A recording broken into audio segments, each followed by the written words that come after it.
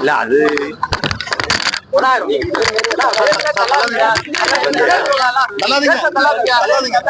எதிர்பாராம நடந்த ஒரு விபத்து தான் அது திட்டமிட்டு யாரும் செய்யறது இல்லைல்ல. எதிர்பாராம நடந்த விபத்து.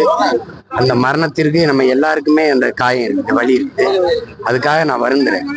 அது எதிர்பாராத இதை விட நம்மளை விட அதிகமான மனவேதனையே தம்பி விஜய் பெறுவாரு. அந்த கட்சியில் இருக்கிறவங்க பெறுவாங்க. அவங்களுக்கு ஒண்ணு சொல்றதுக்கு இல்லை. அவங்களுக்கு என்னுடைய ஆறுதல். இறந்து போன இந்த பிள்ளைகளுக்கு என்னுடைய இறுதி வணக்கத்தை, கண்ணீர் வணக்கத்தை செலுத்துறேன். அப்ப இது போல இது தவிர்க்க முடியாத ஒரு விபத்து, அப்படிதான் நான் பாக்குறேன். ஒண்ணு வேற ஒண்ணு